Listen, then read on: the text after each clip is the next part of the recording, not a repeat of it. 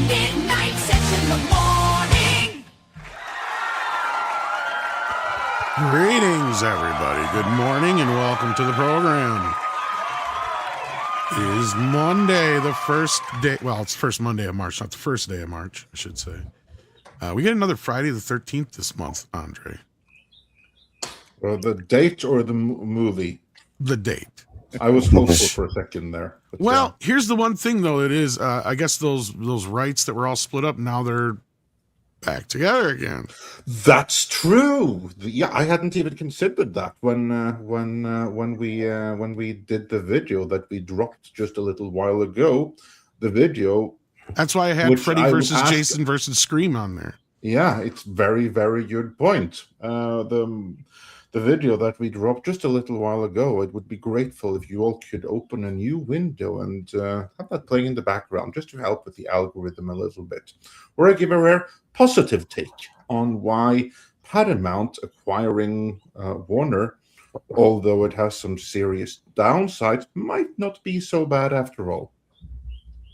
Yeah, well, I mean, there was a lot of people talking about all the possible crossovers we could have and rights that are being brought together. In fact, this right here, Ninja Turtles now all under one roof, if that works out that way. So Friday the 13th is also back under one roof now. Yes, yep. And as I was saying, because the only thing that was still outstanding for Ninja Turtles was Warner Brothers owning the rights to the live action films because of them being New Line films. But now, doesn't matter. As long as this goes through, that is. But we'll see how that rolls. I don't think it's going to be that big of a deal, but I think it's going to take some time. But it's Texas Independence Day, according to Drew Tipton. So howdy and happy Independence Day. We've got a Canadian here with us. I don't know if he cares I look forward to visiting Texas one of these days. I have to go visit the home of Robert E. Howard. Great Texas. Maybe we'll have to go together because I've never been there either. But speaking of Canadians, as I just said, how you doing, Paul? I am very good. My kung fu is not as good as my karate. I'm feeling less independent every day up here. That comes with age. Comes with many things. It's scary. This is true. It's scary, Paul. It's very scary because in our Charter of Rights and Freedoms, someone inserted a clause that said that universities don't have to abide by what is it? The racist quotas. That you can pretty much put out an ad that says we only need people of this narrow range of qualifications or attributes, and that is legal up here. That doesn't feel right. I know it doesn't feel right. It doesn't make sense, but that is. I think quite a few people in the Western world can identify. Yeah, so it makes, I think, a lot of people angry. Yeah. So, anyways, that's. I should be more happy Monday morning, but you know. Yeah, quit being so fucking cheery. Yeah, sorry. Yeah. I'm usually pretty cheery. Come on. Yeah. Knock it off. You're making us look bad. Well, you asked, and I told you. Shut up. I know. How you doing this morning, Paulie? I think he stepped away. He's getting good, coffee. man. Oh, there he is. He's doing some shit right now. What up? I figured. What up? What up? Good to hear from you. Chris is also here from Bleeding Fool. How you doing? What's up? Are we doing throwbacks today? I'm sorry. Yeah, sir. Sure. Throwback. No, I'm good. We're about halfway through our remodel at the house. And wife was out of town for a few days this weekend, and I literally spent every day working too long and going out in the evenings, but getting home at a decent hour. So I had a good time this weekend. It was nice, but I was glad to have the wife back home last night. So. Oh, you were out at the anti-Iran protests or the pro-regime protests? Is that what you were doing? Placarding? No, I went to see a band called The Unsatisfied that I'm friends with. They're probably the greatest rock and roll punk band you've never heard of. I did a documentary of them. It's available on Amazon called Ambition Withdrawal. Actually, I sort of re-edited something that existed already. They're I- good. Saw them Friday night. I've known those guys for. I just found kind of a band, a musical theme over the weekend. They've been around for a while. They're called Jazz Sabbath. Jazz Sabbath. They One do word or Black two? Sabbath, Oh, but two. Yeah. it's jazz. It's a threesome, and they're fantastic. I mean, I'm not a big fan of jazz. So but instead of Iron Man, they sing what? they don't sing anything. It's just jazz. There's no Yeah. there's no one singing it, but what's amazing is just the amount of good music in Black Sabbath that's easily interpreted into jazz that's actually recognizable and doesn't sound like they're tuning their instruments. It's one of the things I hate about jazz. It sounds like they're tuning all their stuff, and I'm just waiting for them to start the music. No, that's not true. Oh, yes, it is. Can you please No. start the goddamn song? Like, No, stop that's tuning not your it. instruments. He is kind of got a point. No, Outside of the Charlie Brown music, he's kind of Yes, right. Charlie Brown was the epitome of Paul, jazz. I'm gonna send you a jazz remix of Rammstein. Just Oh, for shits and okay. giggles, to see what you think about it. I think you Anyways, might enjoy it. if you're a Sabbath fan, I heartily recommend Jazz Sabbath. Jazz Sabbath. Well, that sounds interesting. Yes, new stuff is fun to find. Yeah, absolutely. And all that Especially when jazz. it's, I yeah. just discovered a Japanese jazz artist, and I listened to him all day. They're Honestly, good. for the last. So, that's actual new stuff rather than remixing old stuff and making it new, which is what Jazz Sabbath would be. Yeah, well, and he does some older stuff. Yeah, speaking of Sabbath, I just saw the clips from Ozzy's last show where Black Sabbath came out and did songs with him at the Where he end. was sitting down. Yeah, Yep. it was kind of touching, actually. I was a little surprised.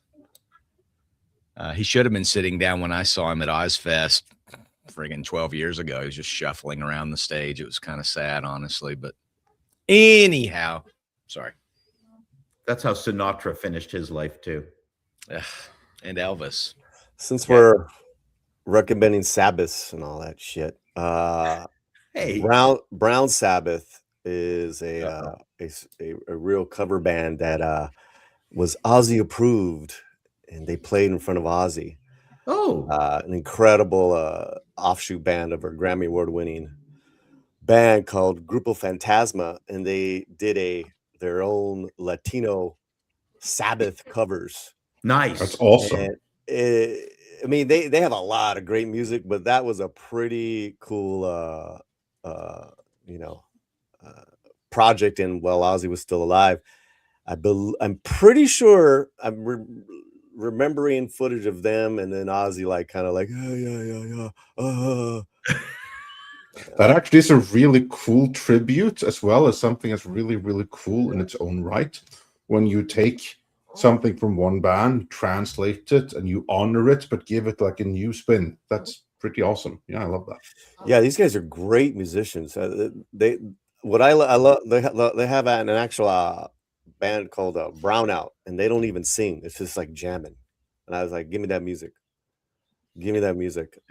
So yeah. I mean, I've always said that even though Led Zeppelin was a bigger band, Black Sabbath won the war in terms of influence.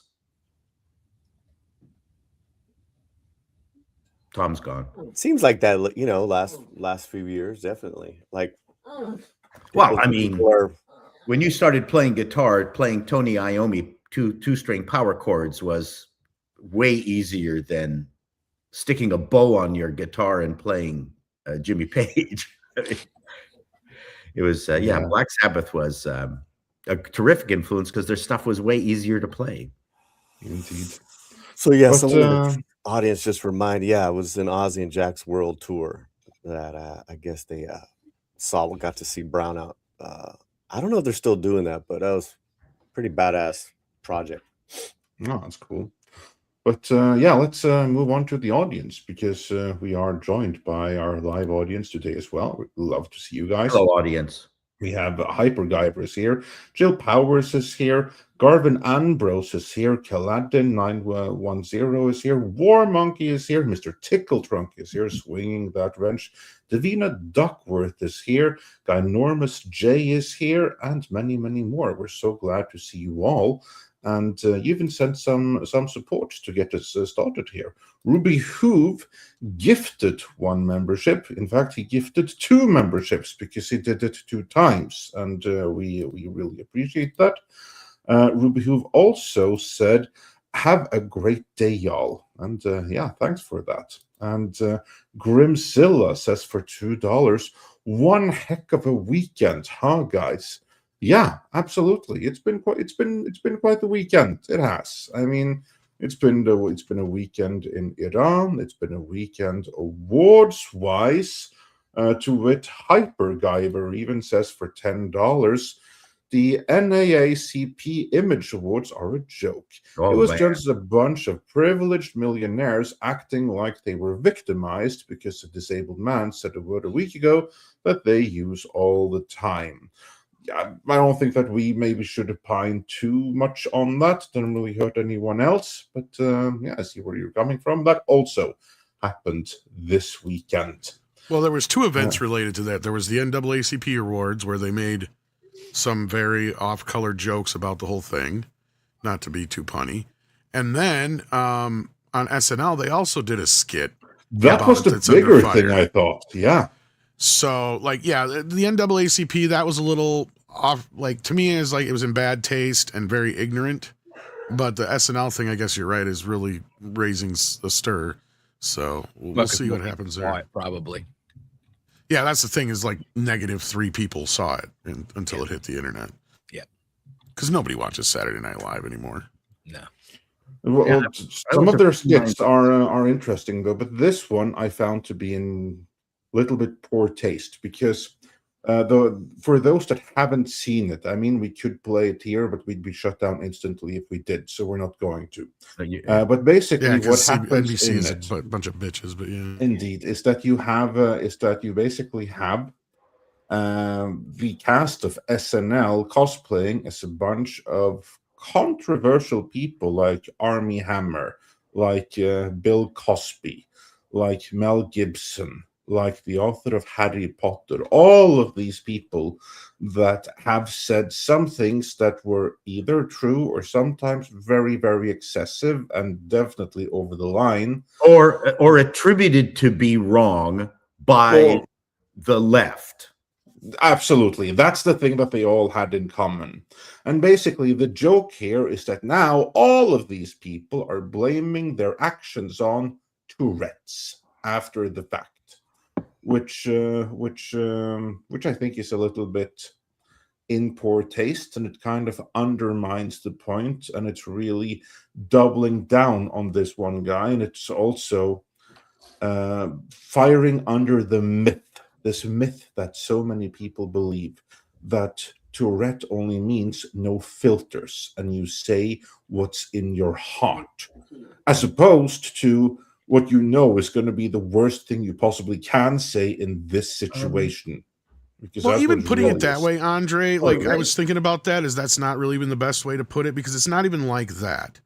It's more or less like, yes, sometimes you happen to say the worst thing in that situation, but it doesn't matter. It's just about neurons firing off in your head, and any number of things can come out of your mouth. Right, like that's the whole thing. It's just a random access memory thing kind of thing, and that's why it's usually considered a tic, because you're repeating something, but it's because it's your body's just doing a natural, like, it's almost like no different than like when you're at the doctor and they do the thing to test your reflexes, or having a sneeze or a hiccup. Was it funny? The skit.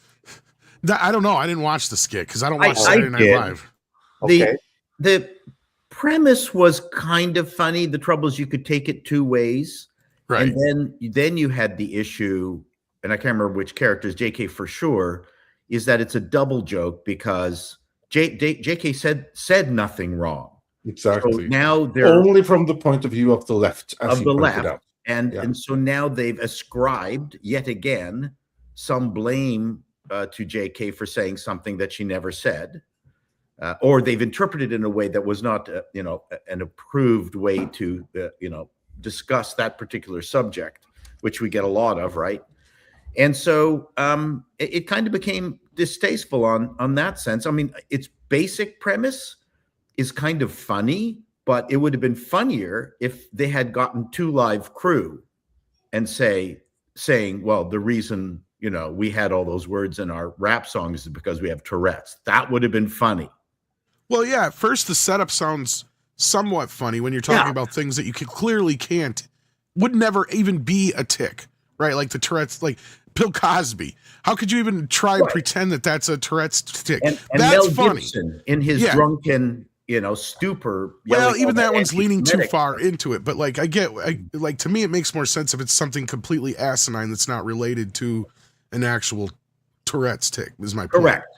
But then they went too far with it, and they went into areas where they decided that they were going to make some kind of commentary, which like maybe every time Rachel Zegler opened her mouth, she could come back and say, "Oh, sorry, I was suffering from." That's kind of everything I say is Tourette's. Yeah. See, that actually makes sense. Yeah. Script Doctor saying we missed the joke. I mean, I haven't seen it yet. He's saying the joke is making fun of arrogant celebrities, they're simply to be liked, and using Tourette's as an excuse because it's a hot topic. Okay. And I get that. And we just said that, but we were just saying, like, it's same, no difference as, like I said, yeah, it's these celebrities making excuses saying, oh, it was Tourette's that caused me to do these things that normally would never even be associated with a Tourette's tick. I get that. And I get the whole thing with the celebrity part of it too. But I agree with what they're saying here is once you get to J.K. Rowling, that's where it changes and it makes it a completely different joke. Well, because it's not humor anymore. It's attack. It's like, you know, right. You're going to use this to go attack somebody where they don't have the balls to be like offensively funny. Right.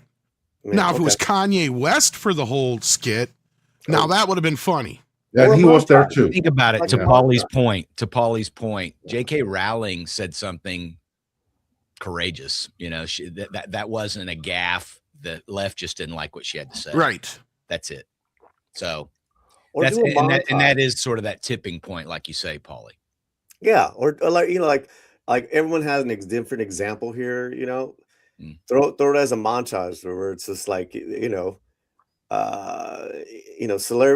moron celebrities blame it all of a sudden have Tourette's. Like it's like an overnight thing, and then it's the same. Well, the other problem with this sketch is that when you use like Mel Gibson, that's a really old incident, and several of their things were really old incidents. Really, and he was drunk. So like, there's a difference there, right? That's not my main.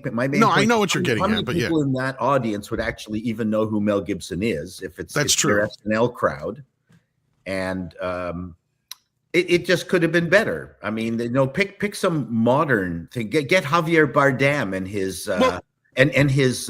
Keffia scarf on, saying, "Oh, it was Tourette's." Yeah, you want to be more on point.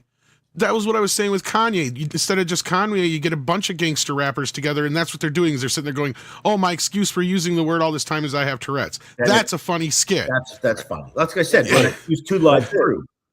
Exactly. Yeah.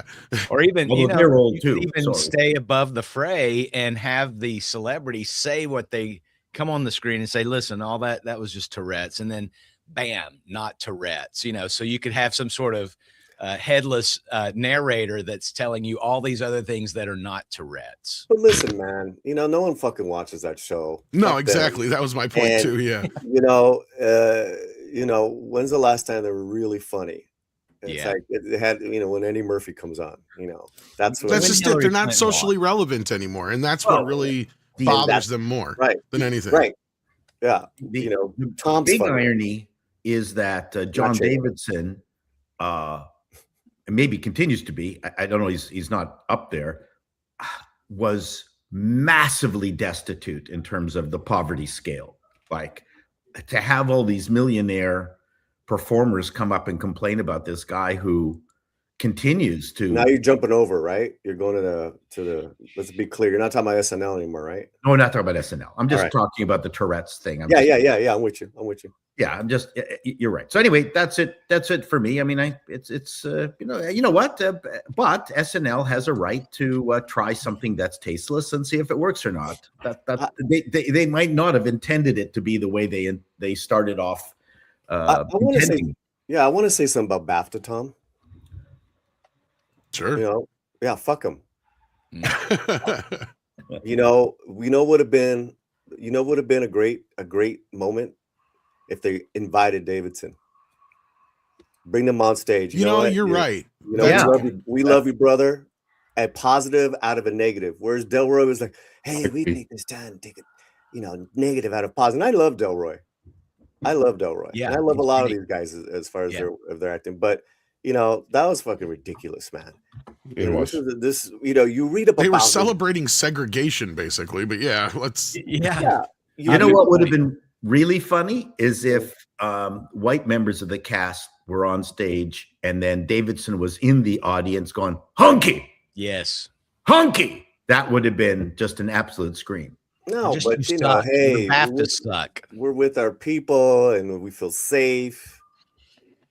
I know on the green red carpet, one of the Sinners actors, was going after BAFTA and the BBC for airing it and saying that you used a man's handicap as a, and what, she was making sense there. It's like, why didn't you say that up there on the show?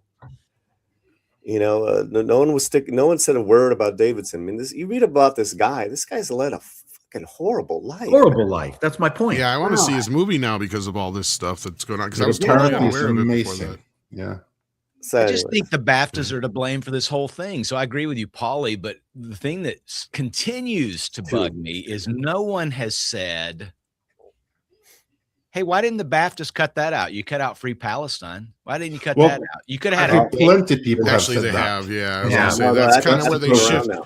because Well, a you lot of could have had people a gate move on the your goalpost. microphone, or you could have run it through any AI software in 60 seconds and taken out anything like that you didn't like. Oh, Chris, some heads have either already you rolled. liked it and wanted to keep it in, or you're totally inept and you don't need to produce. Some heads have already rolled because I guess there were notes to make sure that part, among others, that were cut out, did get cut out, but that one didn't for some reason. That one slipped past somebody, according to them. BBC. Very strategic. Yeah, Look, and so we're still talking about the BAFTAs. They won. Yeah, right. Yeah. Yeah.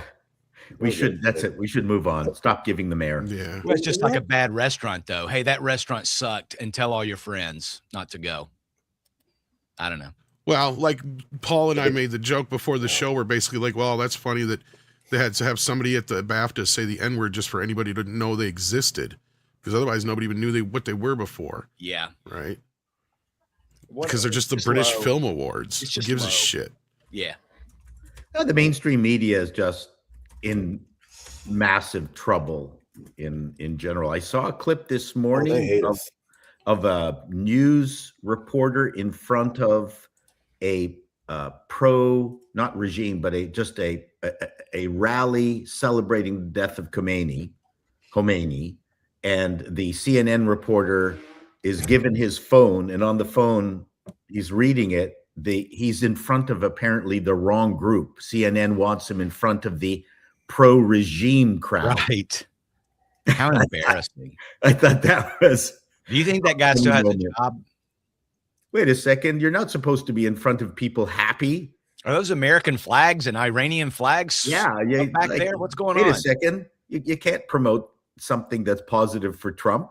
Go to the other. Yeah. the Oh, other yeah. Trump. crowd. There's a local. Yeah, I haven't really been keeping up with this, but that's one thing I noticed that was kind of hilarious about this whole weekend was like they just couldn't handle that so many people from Iran and other places that were like that either came from there or were like happy that they're now liberated or whatever. Yeah. And the political bend they're trying to put on this again, it's just like you guys just seriously have TDS so fucking bad that he could literally snatch the baby from the face of death.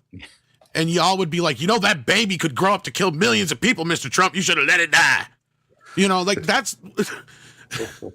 It's been hilarious, even reading like in Norway when you have like basically all of the communists here from the big and the small parties. They're like, we condemn this action and we stand with the people and blah, blah, blah. And this is against the law and illegal invasion and all of that jazz.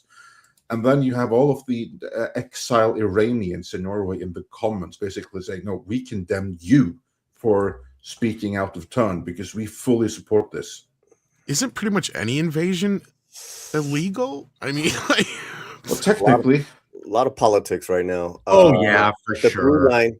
through line is Tom's right. Is like that you see a large population of exiles from Venezuela or Mexico or Iran, in all these different countries celebrating. Through line, we don't fucking like dictators. We don't like fucking drug cartels terrorizing our beautiful country and our wonderful people. We've had a fucking enough. You know, we may not like the way it's going down, but fuck, hey, finally it's changed.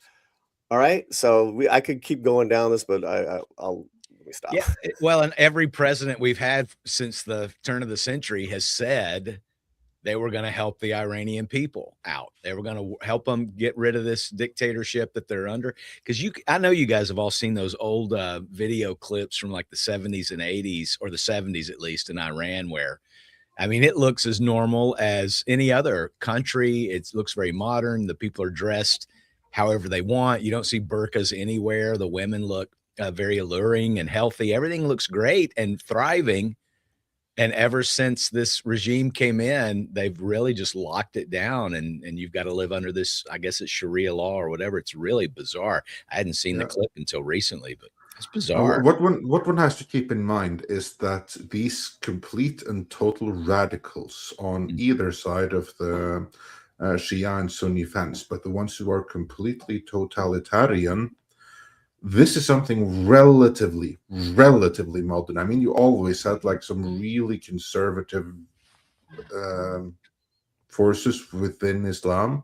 I mean, there's a reason why Islam went from a religion of science that collected the knowledge of everyone else and even moved it a little bit further way back in the day, which is why so many stars begin with the name Al, because they were discovered by Islamic scholars. And then at some point someone decided, you know what, math and this science stuff, it's actually against the Quran, so we can't do that. So then you have some really radical people around the 14th century, and then innovation just stopped in those societies. But what we're seeing right now, like you have with IS, what you have with the Ayatollahs, this is their version of Nazism. It's something completely extreme that didn't exist before. It's guys not wanting to relinquish power. That's all it is. It's just dudes. Yeah. Well, it's not just regular dudes. It's dudes high on their own powers that believe in their own hype and who are completely captivated by an ideology. I mean, it takes ideology to make people be this completely wicked. My big concern is if Iran loses its status as an Islamic terrorist state, will it lose its position on the UN's Human Rights Council and Commission on Status for Women? That's a big question. And for those who think that Paul is joking now, no, that's actually true. They are there. They did get removed. For those of you who are correcting my jokes, stop correcting jokes. But they were removed. But it does sound good. They were there. I think I'm the only one who's allowed to script doctor your jokes. Maybe script doctor. That's about it. So with that, if he's got the link, so I don't know if he's just traveling today. He can come in anytime he wants if he's able. He's probably busy. I said Friday is the day that's easier for him. Yeah, I was gonna say he's probably either in transit or off somewhere doing something. He's trans? Is that new? He might be. Okay. We don't know. We're not going to judge him for that, are we? I mean, we might make a little fun of him. Well, not to his face. Yeah. So with that, the box office, guys. Let's get to the box office. I wasn't sure if we were hitting the box office first or that other bit of news, but we're going to do the box office. And oh my God, I'm so sorry that the boycott did not work, Paulie. Sorry, man. In fact, if anything, it made it worse. Because worse for them. Worse for that, because Scream 7 opened up roughly $15 million higher than it first said that it was going to, and it did better than the last two pretty much. So it's looking like it will. I'm going to just weigh in right away. I don't think that the boycott mattered one. I don't think it did a damn thing. Because here, no, exactly, that's right. It didn't do anything, which one can have opinions about. But Scream 7 was the right movie at the right time, clearly. And then there are some unfortunate events that went into how it got there.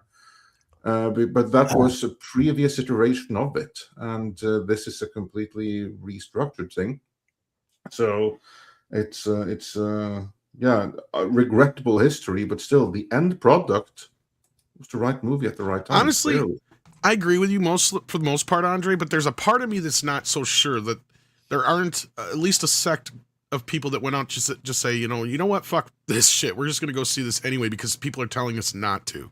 I'm sure there's some. I don't think there's many enough. Because you had, I don't think it's like a major number, but like, because you had a lot of you had the major outlets all, keyed in on this, boycott that was going on when a whole of 25 people showed up in LA from 3 different groups.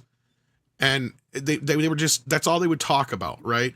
And you even had John Campea go off and give his review. Almost all the reviews, I'm sorry, but they all had an air of bias, especially the ones that started out clearly, going off about, the whole Barrera situation. It's like, okay, so you're not reviewing this film. You're reviewing the situation. So, and that's where I at least give the respect of you, Paul. You said you guys weren't going to review it for that reason. It's like, okay, well, props to that. At least you're not going to, do that. But you had a lot of the outlets that were. Yeah. Now, this coming Friday, we're going to have a debate with our critics who saw and reviewed the movie on their own channels, and bring them on, because we're not going to be elitist about that shit. It's like they asked, hey, we know the da da da da. I'm like, yeah, go talk. I'm not going to censor you guys. You guys want to talk about it? Absolutely. At the end of the day, we all make our choices. No big deal. But yeah, I'm in total agreement with you guys so far. I do have other numbers, but please carry on, Tom. Well, no, I just thought it was kind of interesting how I think Andre's right. More so, it's the right movie, right time. Not much competition. They were making a big deal out of Neve Campbell coming back, considering she's only not been in one movie. Right. But the other side of it too is, like I said, I talked to quite a few people, and especially the women that I talked to, the one thing they all said, even though they hadn't seen the last 2 or 3, they all said they're going to see this one because of certain actors that are in it. So again, I think that's another factor, because there was a lot of people I know that went to see this movie who hadn't seen the last few, and you didn't really have to. That's kind of the beauty of it, and they could even made it more accessible in that way. But there's a few callbacks to the other 2 films, and I felt it would have been better served had they just left it out and not punched down on them at all and just left it alone, because that's just adding to the fire. But at the end of the day, I don't think it really matters. I think most people just didn't care. They just wanted to go out and have a good time and see a Scream movie that had Neve Campbell in it. Yeah. And a few of the other folks. And I think that's really what mattered. And the audience seemed to enjoy it. Shit. I mean, they showed the Scary Movie trailer before. We just watched that before the show here because it finally dropped today. I'm surprised it took them this long to get it out there, because it leaked online Thursday night. So, yeah. So but from the moment that started until the movie ended, it felt like the audience had a great time where I was. So I don't know about anybody else here if they saw it or not, but looks like quite a few people did go see it. So 64 mil. 20 million more than the opening weekend of the last film. It's a 97 million international. Top heavy with pre-sale tickets that the week and a half going into it, and then it did go older, which you can either say is good or bad. So the 24 to 35 was its biggest audience, and it was slightly male. So listen, I think just exactly what Tom said, man. It's the right movie at the right time, and it's Neve Campbell. That's it. Yeah, that's it. You could put this anywhere, and it's gonna do well, because it's like that. She is the Fast and Furious, with this shit. So yeah.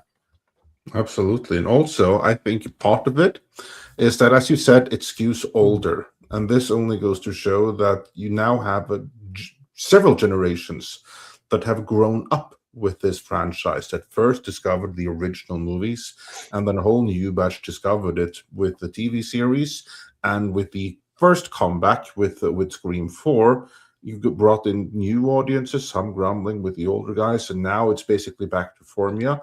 It's perfectly situated for a massive comeback. And also, it's a movie that is from the 90s. I think many people feel extra strong because it's a movie from when we arguably, as we know now after the fact, were at the absolute height of civilization.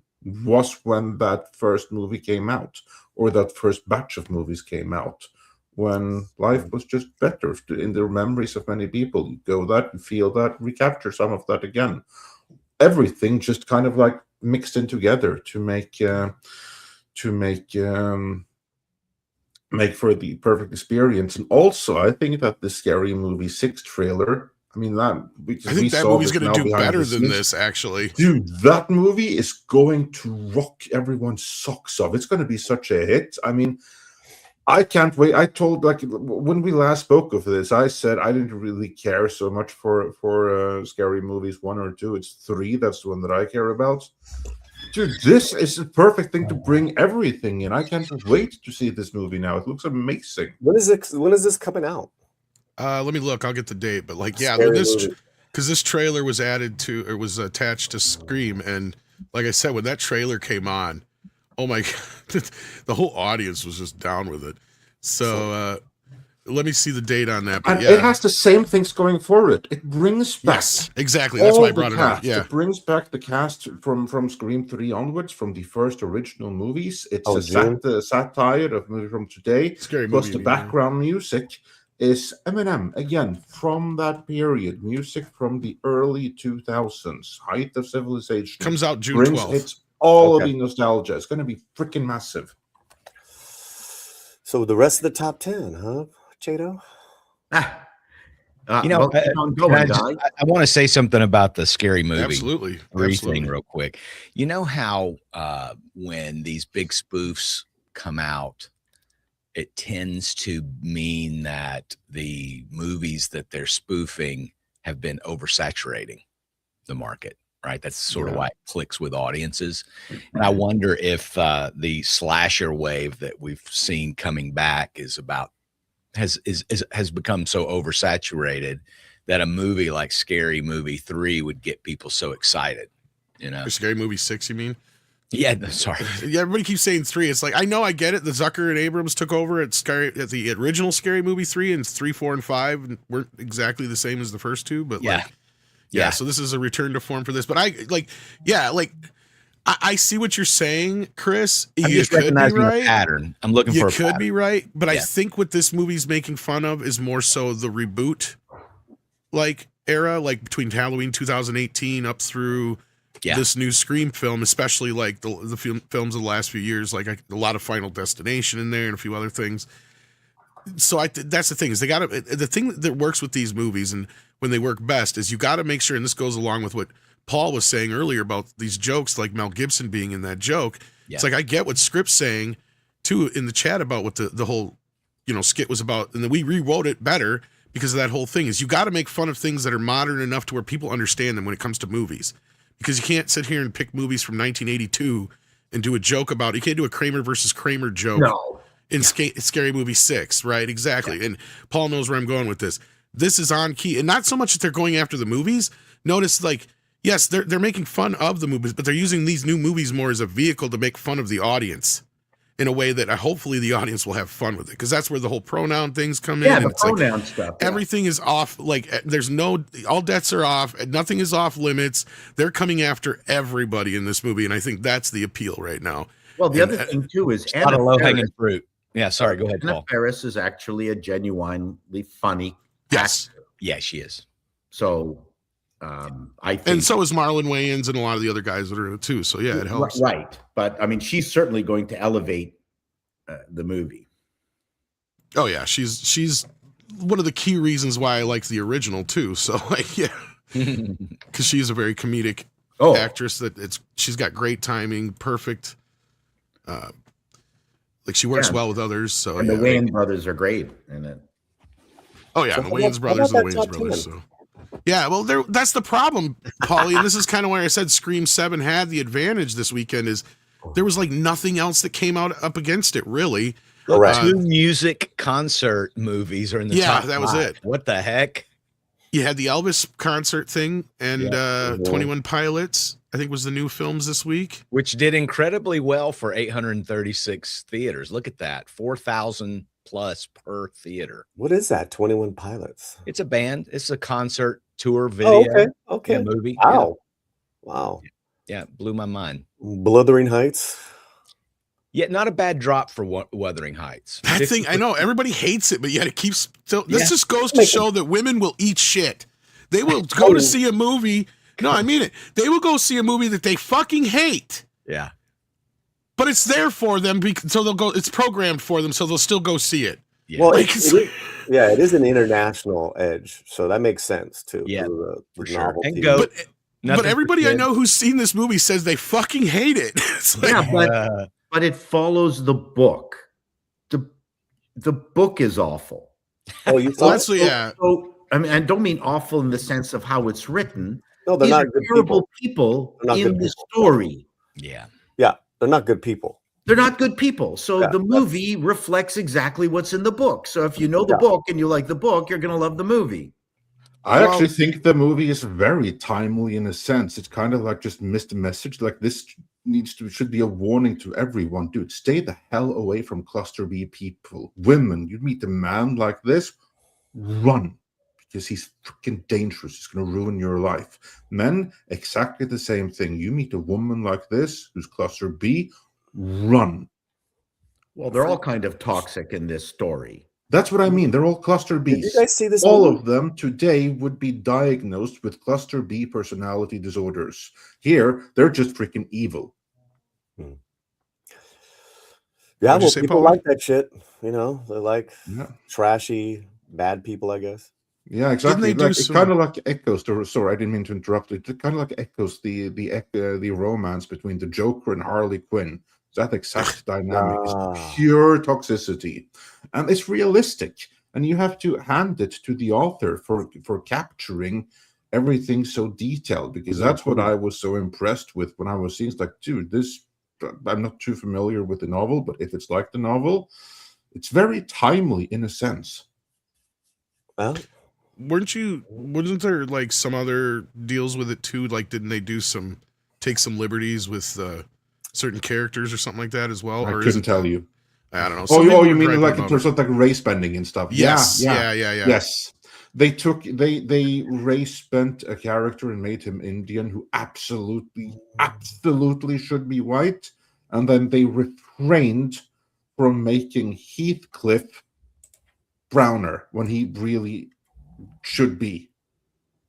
So they So they messed up in whitewashed two another ways. character in a they way. whitewashed the character, man. Fuck. They whitewashed. They both Wow. whitewashed and brownwashed in the same movies. Pretty Jesus. incredible. Well, that's Yeah. it's a brown But win. as I said, women will go see crap sometimes. So, yeah. and that's Well, nothing for- against women. It's just for some reason y'all get suckered into it for some. Well, but dude, it's- let's be careful with casting stones here, because Yeah, there's yeah. 20 movies for Oh, we guys, watch crap so too. Don't get me fucking wrong. We yeah. get suckered into garbage constantly. Well, you just But- saw Scream 7. Garbage. Yeah, I'm not going to admit that it's no. It's not fucking Citizen Kane. I had fun though. Good Like for you. that's. I totally agree with you. It's not. I would never put that in as like a Oscar caliber film or anything like that. Hell no. I think what you're looking for, the term is trash, not crap. Yeah. Yeah. Exactly. You gotta- Trash, not I crap. think Yeah, I why guess maybe shows that's like better. Maury Povich and Jerry Springer were so big because it's like, look at these people that I'm so much better than. These poor, pathetic, awful, these lives they live. Yeah. They're so awful. I can't turn away. Maybe that's what they're after. I Yeah, don't know. Scruples was trash. Yeah. And Yes. so I think that's a valid category. We should. Or junk food is a better way of putting it too. This is Yeah. know. Thanks, Mr. Tickle Trunk. yeah, that's what I mean. Like they'll go see it even if they hate it. Yeah. But I mean, it goes around to my point though is quit making guy movies for women. Women just want to see movies for women, right? They want to see shit like Barbie. They want to go see, Wuthering Heights, right? Like they like that kind of stuff. They like dragging their boyfriends and husbands to that garbage. Like that's what they want to go see. They don't want to see, Star Wars. They don't give a shit about Star Trek. They don't know what the fuck Doctor Who is. If they don't already know, then they don't care, right? Like that's what Hollywood needs to understand. is you're not going to be able to market these things towards women. You know what women do like though? Scream. And that's why that's another reason why that movie did well this weekend. I bet you the demographics on that are pretty well for women. No, they're actually not. You surprise me then, please, because I'd be very surprised because I know more fans that are women that like Scream than men. Well, let's talk about GOAT as well. That's kicking butt, man. At 80, 90 million animated feature. It still needs a little bit more to make money, but it's filling the void, like what you're saying. Those families, they're waiting for hoppers. So boom, you got GOAT. Yeah, it's doing good. Anyone see it? Nope. It's done 56 million internationally.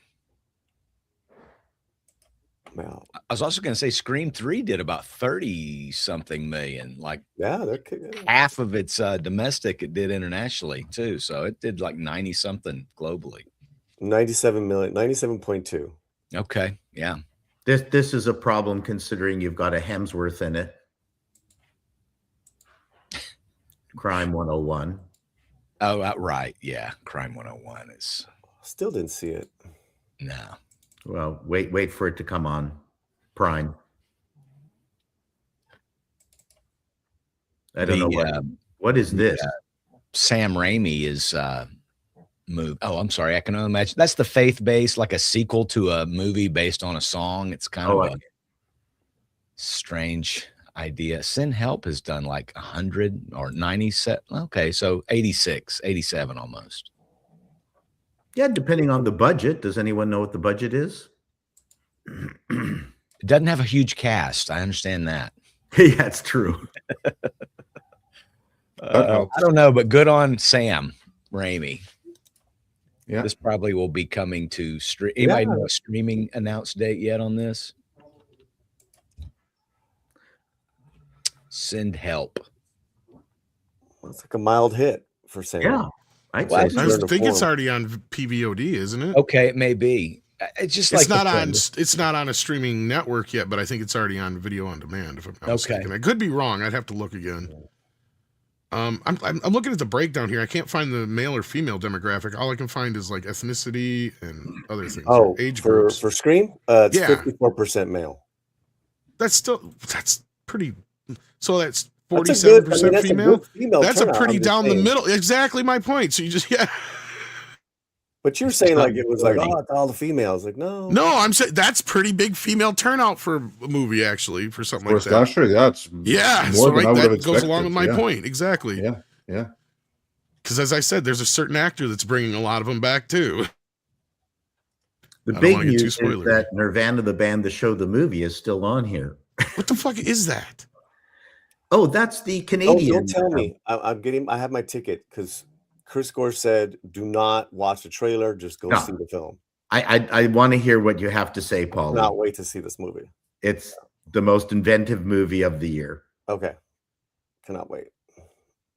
So this is about it was the webisode, a bunch of guys who created webisodes about 10 years ago on a thing called Nirvana, the band, the show. Don't ask me why they called it Nirvana, the band, the show. It did have one N at the very beginning until they got a note from the band Nirvana and they added an extra N. And the budget for it was $2 million US. But Tom, overall, it's back to 100 million something that it made this weekend, the box office. That's good, but that's not great. Okay, yeah. Well, I think you know what I think. I think that's relative to where we are, relative to where Hollywood has been. Anything over 100 million, even though it's not great by traditional standards, given the infrastructure where we are right now, given the macro environment, I think we have to grant that anything over 100 million is good, all things considered. But it's just sad because I think I brought this up last week, where I'm, re-listening to the audiobook for Easy Riders and Raging Bulls. And we are in the same fucking place they were in going into the 70s. And that's the same amount of money without inflation. Yeah. That's what I'm saying. Is the theaters should be bringing in about $250 million every weekend. This is insane. I'm not saying it's not sad. They used to bring in $100 million with half the amount of theaters releasing half the amount of movies back then. Yeah. Well, more people would go because it's not as Yeah. it wasn't. Absolutely. Well, that's my point. Relative to the macro environment, I agree. The What was macro Chris Shaw? environment is sad. Oh. There is nothing to say about that. But in light of that, which is a given, which nothing we can do about it, nothing Hollywood can do about that right now, even though they fully created it. In light of that externally given macro environment, right now, with that in mind, however sad it may be, we have to grant that everything over 100 million is good in this environment. Well, there's a couple of bona fide action movies that were just released now on streaming, like The Bluff and The Wrecking Crew. It's like, man, those would have been a blast on the big screen. You know what I mean? Yeah. Well, and somebody brought up something in the chat here that's kind of ironic, especially with Scream being boycotted. Oh God! Remember, kids, Scream was started by a man. Let that sink in for a moment. Not just that it was started by a man. You guys realize, when I didn't even know this until recently, Kevin Williamson is gay. Yeah. And you know what? It never fucking mattered. But then I'm sitting here going, yeah, well, it makes sense. The guy made Dawson's Creek. Well, as someone who's currently rewatching every episode of Dawson's Creek, you're not the only one. A lot of people are, because of, the tragedy. It's on but Netflix still. right now, and because of Vanderbeek. But they just finished up a huge kind of arc story of this kid coming out as gay, and it's pretty hilarious. But it's just really well done. Yeah. And the writers are Kevin Williamson and Mike White. I mean, Mike White, Yeah, and I never knew, and I didn't care. But it was brought up to me, and I'm like, oh, okay. So do these protesters know that? Because that could break one of their rules. I don't know. I just thought I'd let them know. Thanks. I see what you're. Yeah. See, that's what I love, is it's a protected group, so you can't go after him. So yeah. This Blades of the Guardians here. I'm just going back to the top 20 or whatever number that's at. That thing has done 370 million globally, mostly China, I have to say. Boy, I hear it's a kick-ass movie. Well, it's a racing movie, not Blades of the Guardians. I'm thinking of Pegasus 3. That's the one that's done. Oh, well, Blades of the Guardian here is amazing. It's done 100 million in China. Blades of the Guardians. Yeah. There Just you go. not working out here. Kind of a strange top. Well, we're way into the top, like 12, 13, 14 here now, but not much new this week, but still did well, mainly because of Scream, obviously. Scream being a bigger part of the box office more than anything. But it did almost 100 million worldwide. So that means the movie's going to be in the black before you know it, because it only had a $45 million budget. I don't know what they spent on advertising, and they must have spent a little bit on advertising, because it was all over the place this last week as far as advertising. The budget goes. got inflated because of the rewrites and Nev Campbell, and then they did the Super Bowl spot. So they spent some money. Yeah. That's what I'm saying. Yeah, I wouldn't be surprised if they spent twice what they spent on the budget on. Yeah, they're going to cover it. The magic number is 200 million. Then it's like you beat out the last one, because adjusted for inflation, it's like 180, the last one. So you got to beat that. They want to beat that one. Well, this is a good win-win for Ellison this week with his whole, coming off of the beating out Netflix and then now this. So there you go, Paramount. Are we done with the box office? I think so, because that's probably a good place to bounce into the Warner Brothers Paramount stuff, because we do have a little more information now on what's going on there. Yeah. If you want to touch on that real quick, guys. Because we have some information revealed here. This comes via discussing film, but I'm sure it's all over the place. Yeah. Paramount has revealed their new details about their merger with Warner Brothers. According to them, HBO Max and Paramount Plus will be combined into one service, and I believe you pointed that out this morning in your video, Andre. I did. I even pointed out that the one big mistake so far is that they're keeping the name Paramount Plus and discarding HBO Max. which is ridiculous. They should just call it HBO because that's the brand. When did Paramount Confirmed? Plus Is that become a confirmed, brand? Andre? Hmm? That they're getting rid of the term HBO? They're not Yes. getting rid of it, but they're getting rid of HBO Max. I agree with Andre. If anything, they should combine the two, absolutely. But like they did with Disney Plus Hulu, make Hulu just a hub underneath Disney Plus. This is where you just make HBO Max or Warner Brothers a hub underneath Paramount Plus. Or I mean, Paramount Plus a hub underneath HBO Max. It would make more sense. I'd go for Paromax. Paramax. Yeah. Paulie's shaking his head. Yeah, but I guess HBO is still going to be kept as a separate entity, but that means it'll basically just be another thing feeding the It'll be a production content. entity, but Exactly, yeah. But it'll be feeding content for Paramount Plus. Paramount Plus will be the streaming service. There will be no more HBO Max. There will be only Paramount Plus. When it should have been Max. Merge HBO Max and Paramount Plus. Absolutely go for it. Do it. You mean Call it HBO, not HBO. Max, but yeah. Yeah. Well, I mean, does this mean we're only paying one bill, not two? Yes, Probably not. but it'll be bigger. It'll just be a big ass bill, yeah. It's gonna be Yeah. so big, dude. You don't even Yeah. know how big. This is so stupid. I'm sorry. Like, I know a lot of people are like cheering over this merger, but I'm like, you guys have no idea what's going to happen here. I get it. Netflix would probably be bad, but this is going to be worse. There's Yeah, still, but we knew that where this all was going towards, like this shit. yeah.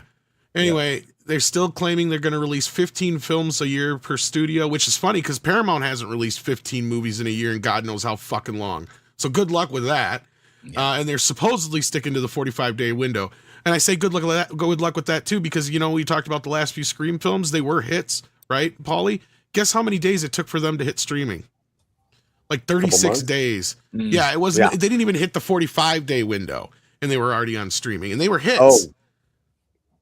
Well, they don't. Well, the Scream movies don't have a long shelf life, though. But that's not my point. My point is it doesn't. I'll sell you a fucking bridge if you believe this shit. I believe Ellison just as much as I believe Serranos on this shit. In fact, I think there was a better chance of movies staying in theaters longer if Serranos had bought Warner Brothers, because I guarantee you Warner Brothers would have kept functioning almost exactly as it is. Yeah. But it would just started feeding Netflix instead of Paramount. But before in this we case, opine on the anyway, yeah, this is all. Yeah, let's go through what they claim, and then we can. So the merge company, and this is what I think is important. on, and this is what. Tom, you're Go ahead. right that Paramount only did 10 last year. Yep. Releases, but Warner Brothers only did 11. So we're gonna ramp up movie.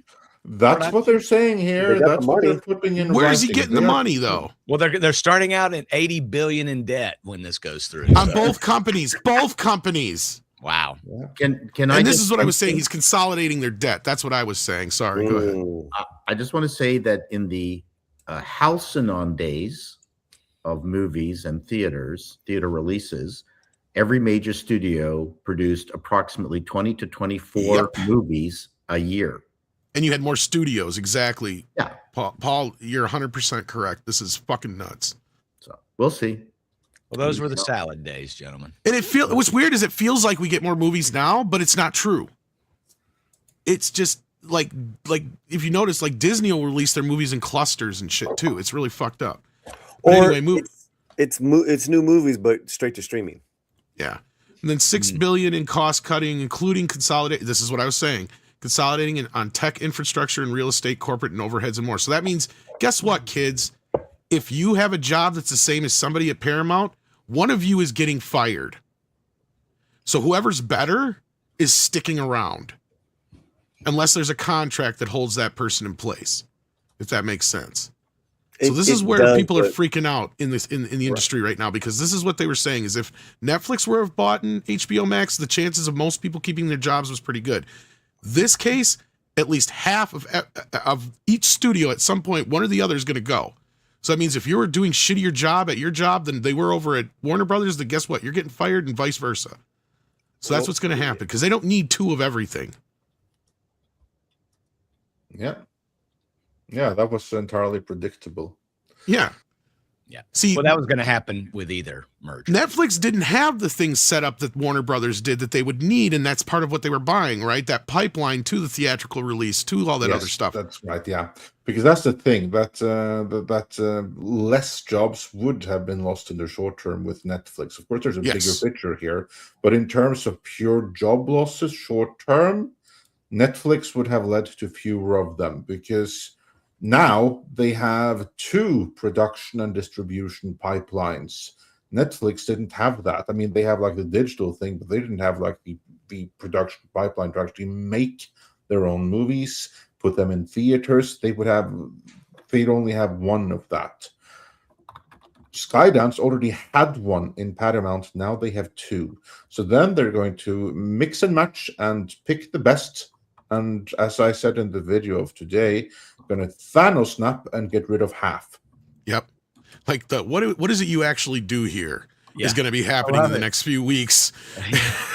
I think, though, I mean, it could make it's the only way they're going to be able to survive is if they get rid of that kind of redundancy. Totally. Absolutely. I think I mean, that's the thing. What entertained I don't blame them for it. No. It's going to happen. What entertained me more was the mix of despair, apprehension, very upset, horrific. The quotes coming out from the unnamed CNN employees once they heard the news that Netflix withdrew its bid. I don't wish ill will on anybody, but it did tickle the dark parts of my heart to hear some of these people at CNN being scared of this potential merger of CNN and CBS News. So yeah, that will also happen, which discussing film doesn't really get into the news divisions, but that's definitely going to happen. As a matter of fact, the CEO had to issue a memo for people not to jump to conclusions. And David Zaslav, I guess it was Friday, 27th or 28th, he did a company-wide town hall about it to acknowledge that it's going to feel a little whiplashy, is what he said. So we'll see what happens. Yeah, I don't like to see anyone lose their jobs. Well, but if you're not performing, like Tom said earlier, and you have 2 duplicate departments, yeah, these guys are downsizing. And I know this has already been going on before this, with people that I know that are, so I don't know. It's well, yeah, and Warner Brothers was already doing layoffs, Yeah. Well, yeah, and they've been real fast. They've been stressed out. This Yeah. has been happening. Yeah, it's stressful. I got it. Well, and let's be real, like part of the news thing has to do with they're freaking out over the Trump thing, which whatever, I'm not going to get into that part right now. But I think the bigger reason they're freaking out is what you just said. At least half of them are going to be gone because why are you going to keep CBS News and CNN? It's just they're going to combine the 2. It's going to be CBSNN, right? Yeah. Like that's all. Yeah. And they're not, and you've got probably a lot more legacy over at CBS News than you do at CNN. Let's be real. Mm-hmm. So at the end of the day, I would be freaking out too because chances are you're going to lose your job if you're working at CNN right now because CBS News is probably just going to take over that whole thing. Yeah, I think you're that right. would be my guess. Yeah, I think you're right. And then there's Weiss probably isn't going anywhere though. What was that? Body Weiss probably isn't going anywhere. Oh, I'm sure there's going to be a few people that but it's going to be, why would you duplicate a lot of that? It just makes no sense. But anyway, no plans to sell off or spin off any of their cable assets. No surprise there. Flexibility to put sports on UFC and any cable network. So I guess that's something they cleared up with the with the combination of the 2. And this will also clear up a lot of cable, like the South Park problem just went away. You guys remember that? Yep.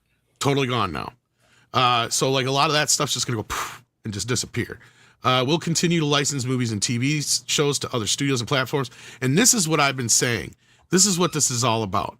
This has less to do with getting another studio and more to do with having IPs and things to A, feed their AI monster, and B, sell off to other streamers because that's where the money is in the future. It's not in having your own streaming service. It's being able to have the IP to sell off to other places. And that's what this is really about. And then, of course, it gets to the AI thing, which I just brought up. So there you go. Yeah. So, yeah. And I'm hearing things about like DC Comics, like what's going to happen over there. And I just think that, man, they are so low on the totem pole in this project that it's just going to be probably those books will be licensed out to somebody else. TC Films, on the other hand, you mentioned as before with the show, Yeah. because there's a bunch of stuff flying around. But we were under the understanding that James Gunn was going to be sticking around if there was a Paramount sale, which makes sense because I'm sure he has a contract through, what was it, 2030 or whatever it was? No, not that far. He has contract to 2027, I think. 27, okay. Yeah, it's just a 3-year. But I thought it got contract. extended just not too long ago too. But I could be wrong. No, it's not extended yet. So basically, it's assumed that it's going to be extended. But basically, after Supergirl and Lanterns is out and Superman 2, then he's out. He's gone. Clayface. Sorry, then it's up for renewal. It's not that he's Right. gone. Right. It's up for renewal. And everyone assumed that James Gunn was a lock-in to just keep staying. Everyone just assumed that, right? And Ellisons have made it clear that, yeah, they want Gunn to continue. Now, what I've seen, and I don't know if there's any sources behind this, but John Campea is arguing that James Gunn doesn't want to stay because of the Ellisons allegedly being too closely tied to Trump. And for that reason, James Gunn is going to leave when his contract expires, or maybe he'll be asked to leave even earlier. Now, is that true? I have no way of knowing that. And Grace Randolph, taking the completely opposing view, argues that no, James Gunn, he's going to go on great with the Ellisons. So he's going to stay there for the longest of time. So it's going to be interesting to see which movie pundit is right here on this one. I think it's kind of self-evident that with the reduction of studios, number one, I think James Gunn has now got a taste for leading big things, big budgets. I don't think he's going to reduce himself down to his what was the horror genre stuff that he was doing. God damn it! It was a category of liver, you mean, or what? Like the splatter horror shit he was doing. I can't remember. He was part of the body horror. Oh, Yeah, you like mean the Trauma guys? Trauma. Is that what you- That's it. yeah. The Okay. Trauma. So my point is, he's not going to return and become a $500,000 movie Trauma guy again. Dude, all of Hollywood is going to be fighting for him. Yeah, but how much of Hollywood is left to fight over? Fight for him. That's the point. So I can tell you, he's got a Disney and studio Marvel, they'll where want he him can back. do some big stuff, and I think he's going to stay. It's logical for him to at least test the waters of how this turns out. And for Warner Brothers, how many people do they have out there that can deliver what Gunn can deliver, notwithstanding our view of his output so far? He is capable of doing the big project. So from a Warner Brothers perspective, he's kind of important. He's an asset. And I hate pointing this out to people. Like, I get it. In our circle, this movie is not popular, but look at this shit. It is very popular outside of our circle. 90% on the Rotten Tomatoes audience score. Right? Like, I get it. There's a lot of people in our circle who hate this fucking movie and hate James Gunn. I get it. But this is where we need to understand we're in a fucking bubble. Yes, the movie didn't make the money that everybody thinks it should have made, but it didn't bomb. And people are misquoting Serranos all the time. He said they pulled it because it underperformed. That didn't mean it bombed. Right? But as I've been pointing out, and I've been told by many people inside, it was very fucking popular with younger kids. That's why it's still doing well in streaming and stuff. So don't think James Gunn is going anywhere super fast. I don't think. Let me just back you up a little bit, Tom. All right. The people that saw it had a great time. Yeah, I just don't think a lot of people are going to the theater, period. And it suffered. And now that it's on streaming, like you said, the kids are discovering it, and it keeps charting. That's what's going on. I took a lot of people. I saw it 3 times. I took a lot of people to see that film, like different family members, because I remember I was traveling. We all had a great time, man. But I don't think it just wasn't like the blockbuster that they wanted. No, it didn't do, like, internationally, it didn't do that well. But people are ignoring how well it did domestically. That's the thing. It has performed better domestically than any of the Marvel movies up until you got to go back to Spider-Man or Deadpool, basically. And those are the exceptions to the rules. So otherwise you got to go all the way back to freaking Endgame to do those kind of numbers domestically. Right. So like, that's where we're at that is people are being too harsh on that movie. That's all. And I hate to be the one to always have to fucking bring that up. It's like, anyway, it doesn't change what I'm saying. Yeah, no, it's fine. But anyhow, back to the whole thing. Like, do we think that Ellison's going to hold with all this shit though? As far as the 45-day window, and do we think it's going to be a good move to really make HBO Max now Paramount Plus? No, I don't think either one of those. I think this is all pretty much dumb, in my opinion. But it'll all depend on the content. If the content is good, people will come. And also, I will say I like that they are putting this out there, that they are visibly committing this in writing in a manner which can be used against them if they don't. I especially like That's what true. it says about 15 films per studio with the 45-day theatrical windows for each film. Here's the thing. You don't have to do this. It's now a done deal, practically. I mean, it still has to go through regulation. But here he is committing up front. This is going to be used in the approval process, and it's going to be used in the court of public opinion, and it's going to be used within Hollywood proper. Here he's put in writing, this is what we're going to do. How is he going to fund it? I don't know. Maybe Saudi money, maybe Ellison money. I don't know. Not our problem. It's now Ellison's problem to actually deliver on what he has said he's going to do in writing. This right here is a statement of intent. And more than that, he's committing to it. So I hope that he can do it. I'm not going to dismiss it out of hand. I think if he didn't think he was able to do this, he wouldn't have committed to it in writing. But he would have committed to something else. Like, for instance, what's to stop him from committing to 10 movies per year, which would be fairly decent given that it's 2 studios. Going all up to 15, I mean, that's incredibly aggressive of him.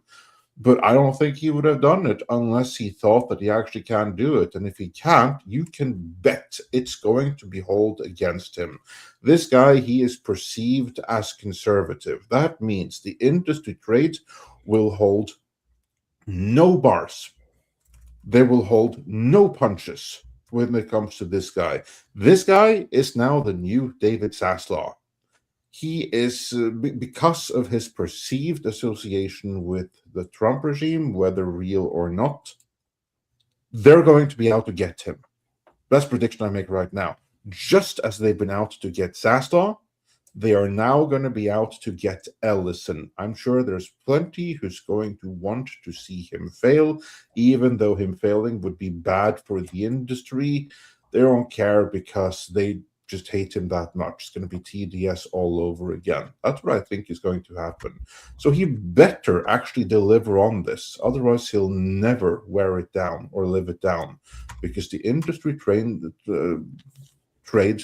will hold his fire to defeat. So will everyone else he hangs out with, because he lives in Hollywood. He lives with these people.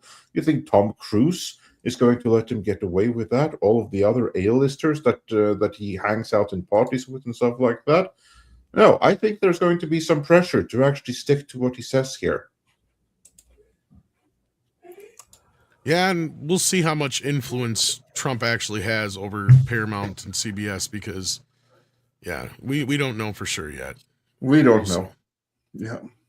I don't think he has nearly as much influence as everybody thinks. In fact, although he has proven he's good at regime change. That he is, yeah. Suddenly an aircraft carrier pulls up in the Paramount parking lot. I think you're going to listen to that. Finally, a good joke. Yeah, send in CT6 to take down Ellison's if he's unhappy. Yeah, that'd be brilliant. Holly, if you don't try, if you don't shoot the puck, you can't score a goal. That's all I have to say. Point taken. Let's see what you guys are talking about out there. We got sometimes you have to shoot a lot of pucks. Patrick Robinson bringing up a point that has been floating around about Jim Carrey. Is he alive? Is he not alive? Is this one guy who claims to have been out in public pretending to be Jim Carrey actually Jim Carrey? No, it was Jim Carrey, guys, according to Case. the Excessive the, facelifts. Caesar Awards. Like I Poor said, guy. it's called cocaine and collagen, kids. Yeah. Like that's why his nose It's looks cocaine like and that, because the Botox. motherfucker has been doing cocaine for 30 years. That's why. I won't believe it until Jim Carrey comes out and tells me. And Yeah, then the face okay. wise, like the motherfucker's been injected with collagen because he's like 60 some years old and he's wrinkled as fuck and he doesn't want to look like that anymore. That's why he looks like this, guys. It's not that. It's not rocket science. He's a national treasure. A lot of work done. A lot of work, guys. That's some good work. And I wouldn't say good work, but yes, a lot of work. Yeah, no one said it was good, but I'm gonna bring. I think it's something good up. work, man. He looks like a chick now. It's drag Carey, drag Jim Carrey. Jamie Kennedy Carey. So one of the things I have found Whoa. is that people who get a lot of facelifts all end up looking like Madame Flowers. yeah. Like weirdly, it happened to Joan Rivers. I can point to a dozen women out there, and Jim Carrey now doesn't he look like Madame Flowers now? Now you just pulled a scary movie that we were talking about earlier, Right. Paul. Right. Nobody knows who the fuck Madame Flowers is. Yeah, But you. but this is funny though, because It is, but yeah, at least we have the visual. He's got the visual. One of my shticks in our group here is to pull up ancient references. Love I'm it. the one who talks. about it. Touche. That's what I do. So, The fact anyways, that you knew her name, I remembered the puppet, and I knew that's what it looked like, Well, but I had no Perfect. It was Waylon and Flowers. perfect. I remember. yep, Hollywood Squares, man. that's Yeah. right. Yeah. Yeah. That's right. Anyways, true. it's But just I one of used to the watch things- so much TV as a kid. I'd say, yeah. I don't just count. find it really funny. The more as the facelifts go, women or whoever's getting facelifts, they all end up looking like Madame Flowers. Yeah, it's more men nowadays too. It's crazy. That's More men. Crouching Taylor Hidden Swift says, Tom, you check out the trailer for Slanted. I have not yet. Definitely might be the worst film we've seen. 40 times worse than Mando and Grogu or Starfleet Academy. Ooh. Oh boy.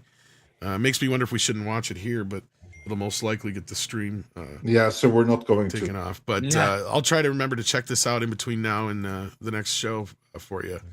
Crouching Tiger. Yeah, because it's not the first time I've heard about this thing, so there must be something to it. Paulie, are you familiar with this or anybody No, else? Not at all. Not at all. So it's not Latino slanted then. Gotcha. Hey. El Shaddis. Yes, I always fuck this one up. El El Shaddis. Shaddai is Lord. El Shaddai is Lord. I always muck that up. I'm so. Bleh. Anyway, Sounds he's been like a member something for from 9 Dune. months, or she. Sorry. Thank you for that. Appreciate it. And we got Mikey listening. How you doing, Mikey? I saw you in the chat earlier. I Mike. miss you, buddy. Says I'd rather marry Puerto Rico girlfriend and give her another Amex card than have to watch any more James Gunn DC retardation and idiocy. Okay, ordering Amex now. Well, just go get yourself another Puerto Rican girlfriend and Well. stop watching Superman. Quit worrying about it. No one's forcing you to watch He's it. had his fill of Puerto Rican girlfriends. Just No. grow up. He needs more. He's a glutton for punishment when it comes to that. grow You never have enough Puerto Rican girlfriends. That's right. James He needs to Gunn get me movies one are too. for kids. Get me in They're for trouble. children. Ellis, my son could use one. Yeah. I see that thing you just sent in the background, but did you see the meme that I posted Oh, let's on the go. Jim Carrey thing? Let me see if I can bring it up here real quick. No, but speaking of trailers, guys, check out that new Billy Idol movie.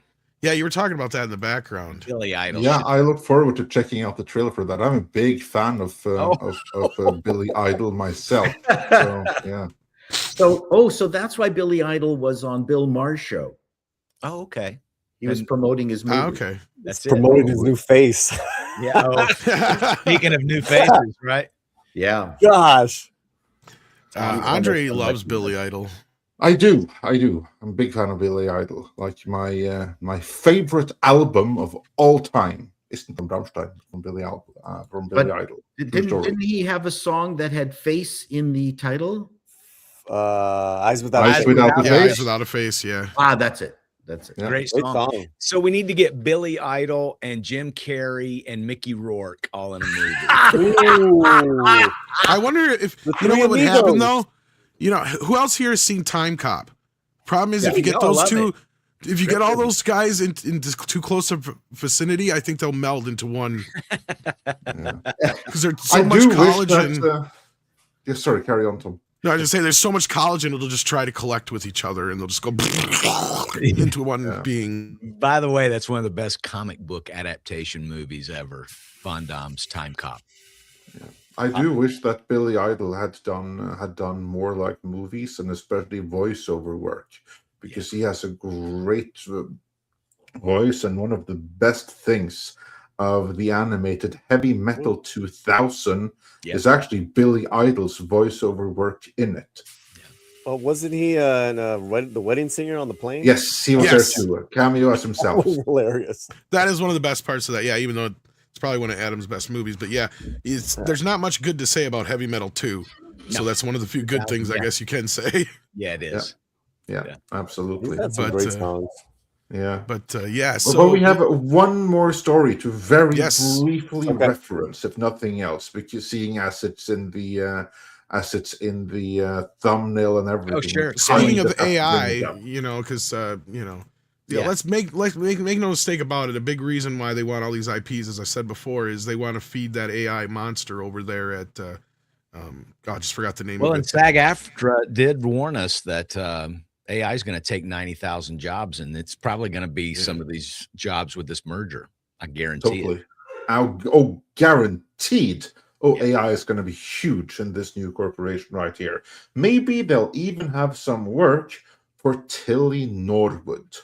And that is the final story of today, because we still haven't really seen anything of the AI actress Tilly Norwood, who has an agent, representation, and everything like that. And she apparently is going to be in upcoming movies, although we haven't seen any of it.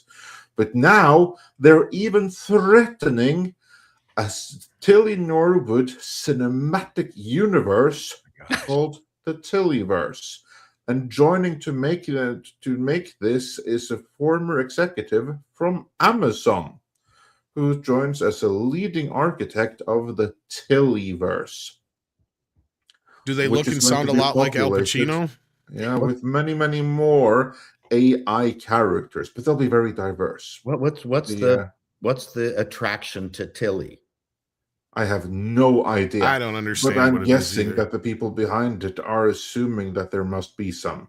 This shit's weird, I was man. gonna say, I look at her and you can tell right away she's not real. Yeah, like she looks like she's from a PS4 game. Yep. I think they're rolling this whole thing out wrong. I think Tilly should have appeared as an extra in a couple of movies and not made. Oh, that's an AI. Way up. Yeah. Just should have done all of a sudden. What's that? Yeah, kind of funny.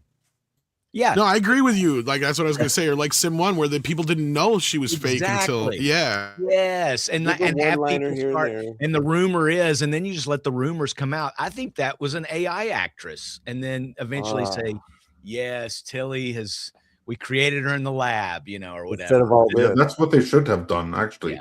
And then that could be the Tillyverse, all of the various movies that Tilly Norwood was in, retroactively a cinematic universe. I mean, that's the best way of making a cinematic universe, is making one right under the nose of the audience without them even realizing until after the fact. Because when you just go like out, Split, exactly. You go out, appeared in Good Luck, Have Fun, Don't Die as just one of the random characters that turns out to be evil or something. Really, they could have done this so much more cleverly. Exactly, and leave it to Hollywood to do something so uncreative with something that's potentially very creative, right? Yeah. With the new advent of AI, it's like you could do a movie, a very Truman Show style, Ed TV style, like and she has her rise and fall. That's kind of funny. Have Chato write it. I love it. I'd start her as an alcoholic. Thank you. We don't get enough praise. I can't wait for the knockoff porn version. Tilly I was Norwood. just thinking of that. I mean, the OnlyFans is going to be huge here.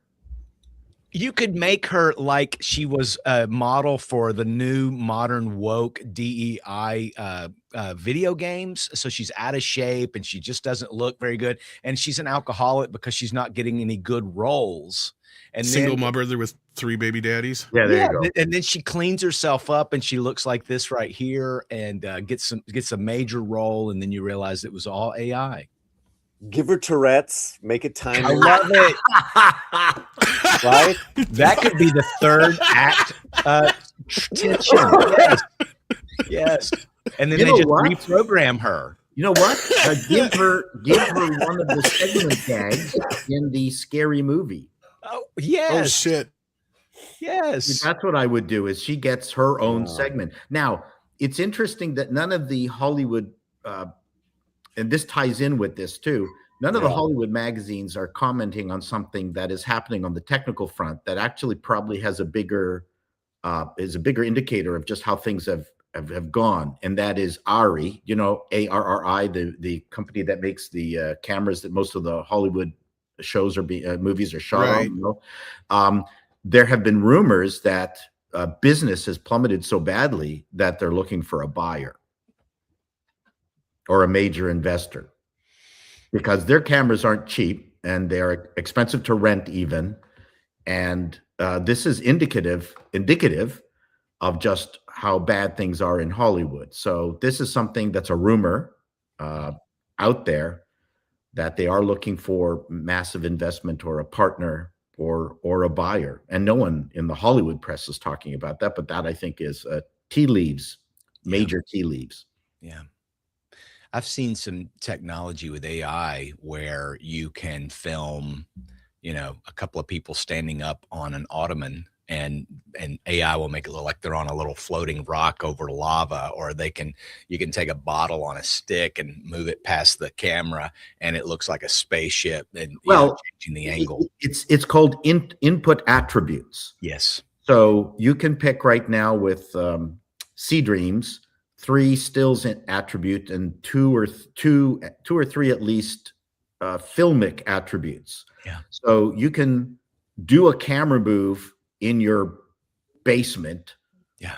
And then say, okay, yeah, please duplicate this camera move on this particular scene, and it does it beautifully. Why couldn't they take it another level and say, I shot this on an iPhone, make it look like I shot it on a Red and color grade it like this movie? Sure, they could do that.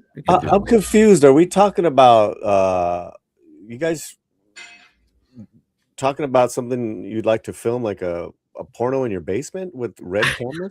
You are confused. Yes, you are. I'm just not sure if that's what we were Yeah. doing. No, they don't want to actually film it with red cameras. They just want to film the porno on their mobiles and make it look as if it was filmed on a red I camera. don't think most porn merchants are using ARRI cameras. Color grading. Oh no, they're still using film. No, Using Super 8. There's definitely some film on things. Yes. no, yeah. Yes, There's I get film. it. The Merchant of Northridge. Yeah, Anyways, so that's that's cool. yeah. So, But I just mean, to when round people this talk out, about Thank you, Polly, because I was lost in that too. I'm I like, was have I gone lost, retarded or what the when, fuck's when going on? people are Seriously, talking what the about fuck are they talking AI, about? the big issue is not grabbing existing stars and putting them on. It's the fact that you can create a whole bunch of legitimate assets that are yours. You own them. You grabbed some stills of some actors that you have hired. You just don't need as many. You can do a shot or a series of sequences with 2 martial arts experts fighting it out, and that's something you own because you've shot it. And then you do the camera moves wherever you want to do them, whether they're in the basement or not, and apply them. So every single attribute that you've now applied, you own all those pieces, but you're able to extrapolate it out into an entire movie without paying extra money. That's ultimately where the business is going to go. You will own the assets. Everyone is scared about, oh no, they're going to be using all these assets and things like that from existing places. No, that's not where the AI business is going to go, because it will cost you nothing, practically nothing, to just grab a few bits and pieces that you pay for. Yeah, you do And an Tilly's an upfront, you do- asset. you I'm do the sorry, go ahead. buyout with maybe with these actors, Correct. and they come in maybe for one day. Yeah. The skin grab, and then the Mhm. sound voices in. Thank you. Here's your check. That's it. That's exactly right. And so it's legitimate, quote unquote, legitimately done. All the input is going to be yours. Yeah, I was talking with to a entertainment lawyer about all this stuff. It's fascinating because what's his name? Right on, right on, right on. Oh, yes. McConaughey. He was saying, copyright yourselves right now. Copyright yourselves. It's Yeah. like that's not exactly how it works. Yeah, well, You do own your own visage. Right. That's He what you did already have. copyright. All right. Yeah, is that right? All He right, did. all right. I'm not even kidding. Like, No, but that's part of the story. Yeah, you're yeah, right. that's part of it. Yeah. That's part of it. Let's get ready to rumble is a copyright. Right. Let's Oh. get ready to rumble. Now I owe that guy like $20. Is copyrighted. My little thing. Because the Latinos love stealing from each other. We're Imagine that. yeah, we're funny like that. I think, like take Beowulf, that movie Beowulf that came out several years ago. The AI, if they had the tools they had now, you wouldn't have that uncanny valley look like you've got. Like even at the end of Rogue One, where Carrie Fisher comes on, I think they could have done it 10 times better now. It's just amazing. You mean And the so- Robert Zemeckis Beowulf? Yes, that's Yeah. the one. Yeah. He was completely into all that mocap garbage. still that is, he isn't started he? With the Polar Express. Yeah, that and the Dickens thing with Jim I was gonna Carrey. say that movie with Tom Hanks that he made where the camera is Homer stationary Express, through the whole yeah. movie was like the first thing he's done that was live action in like 20 years. Yeah. Oh yeah. I mean, yeah, I love Robert Zemeckis. I'll let him do his thing. I don't bitch about him too much Yeah. because the motherfucker has given us more movies in 20 years than most directors give us in a lifetime. He can go play with his toys all he wants. I'm fine with that. Well, So, just yeah. don't go watch Pinocchio. and yeah, I know. I've heard that too. Like, I ignore that. I pretend it doesn't exist. Yeah. As long as it keeps him busy and stops him from going, you know what? Maybe Back to the Future 4 isn't a bad idea. Yeah. That's what we need to do is keep him busy. That's what I'm seeing. I'm already seeing the AI clips for it. You have too, I'll bet. Oh, I've seen a few. Well, and Yeah. they've already kind of discussed, oh, maybe we could do Back to the Future, the musical as a movie. It's like, no, just leave it the fuck alone. They won't Just- do that. No. Won't do that, Tom. But yeah, this AI thing, Tilly, we've seen this before. I know I keep invoking it, but like, it was Sim 1. It's not going to work. Nobody's going to care. You're going to have Yeah, plenty they'll- of people that'll make a bunch of porn movies out of her, but that's about it. They've rolled this out wrong. I agree with you guys. Like, the way to do it would have it's been old better. news. Like Tom says, it's old news. Everyone's kind of doing their own shit Yeah. better. Yeah. It's like, again, this is very much like relic Hollywood trying to do something relevant. Fuck off. Sorry, I'm in a mood this morning. Yeah, very, very underrated Al Pacino movie if you haven't seen Sim 1. Kind of got lost in the shuffle back in the day. But Never yeah. saw that one. Never saw that. Oh, you one. haven't? It's actually pretty clever. It's exactly what this is about. They create an AI actress, but the gimmick is they got to try and convince everybody that she's real. So it's about all the shit they go through to try and make it seem like she's a real person before they get busted. Yeah. And it's pretty funny actually, and way ahead of its time, obviously. So yeah. Total bomb at the box office, but Yeah, it didn't do shit at the box office. So yeah. I couldn't be happier that on a certain level, AI is going to be rejected by a lot of people in regards to real connecting stories, human stories, that human connection, and that does give me hope. Yeah, I mean, it could very well be the gateway for young artists to get noticed and then move on to more human fare. I mean, it's that to me probably is going to be the first use of it. well, I think proof of concept trailers Yeah. and things like Yeah, that. proof of My concept. gosh, yeah.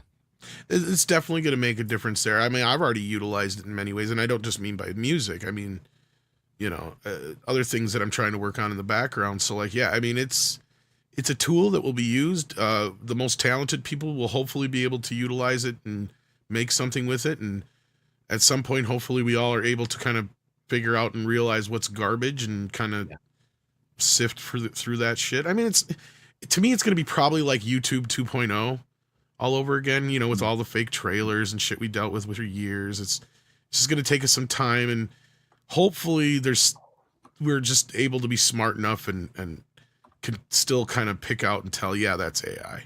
You know what I mean? Kind of like we do with CGI. Yeah. So hopefully that's where we're at. Yeah.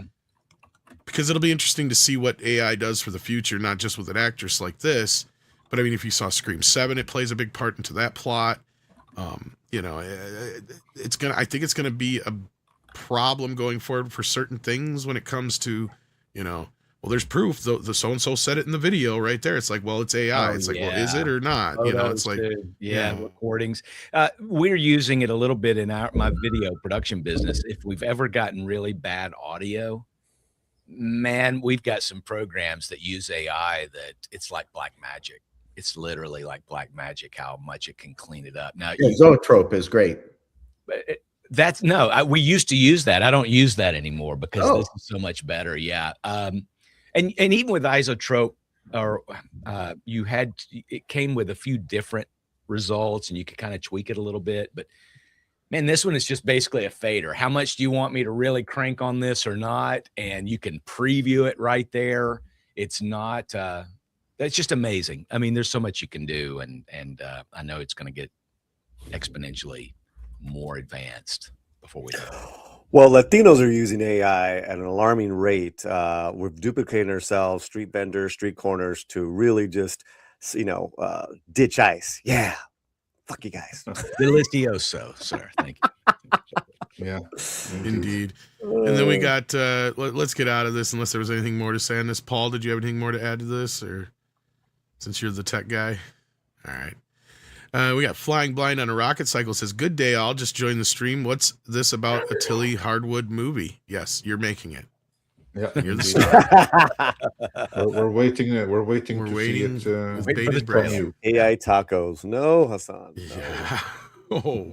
I gotta go. Anyhow, we do not have any Rumble rants, it looks like, unless I missed them. Let me double check my mod group. Does not look like we get Hyperguyver's NAACP Image Awards comment? I think we did, yeah. Okay. That was early on. I believe. We got that very early on. Sorry. Okay. Yes, we did. Yeah, because I think that got us onto the Tourette's thing, actually. Sure. Yeah, I remember correctly. Sorry. No, that was a hell of a joke, Paulie. That was one of your better jokes there. I tried, man. I get. But yeah, so I think that covers it for today. We appreciate you guys out there listening. Andre, when are we doing a member stream? Very soon. I know I keep putting you on the spot here, but we got to do one very, very soon. Like I know, probably deja vu here. I hear this at the end of every stream. I know, every single fucking week. And Six is the one who helps remind me, and she sent in a super sticker. Thank you, Six, for that. Honestly, guys, you guys shouldn't even fucking do one at this point. Just to. Oh, we have to do several in a row just to make up for you remembered you. That's great. Yes, well, maybe we'll do it in tandem with the announcement of what we're going to do with another channel here very soon. So, yeah. Thank you again, Six, for the piece of pie. She rarely sends us cake, but or cake. It's not pie. It's cake. Appreciate that. Usually, I don't think I misgendered you, did I? Usually, Six sends us a pooper sticker. So, yeah. Anyway, she hasn't been on. But, indeed, but Chris, you have been on, and I know that you yes. have to So what's believe going on? What your wares? Thank you.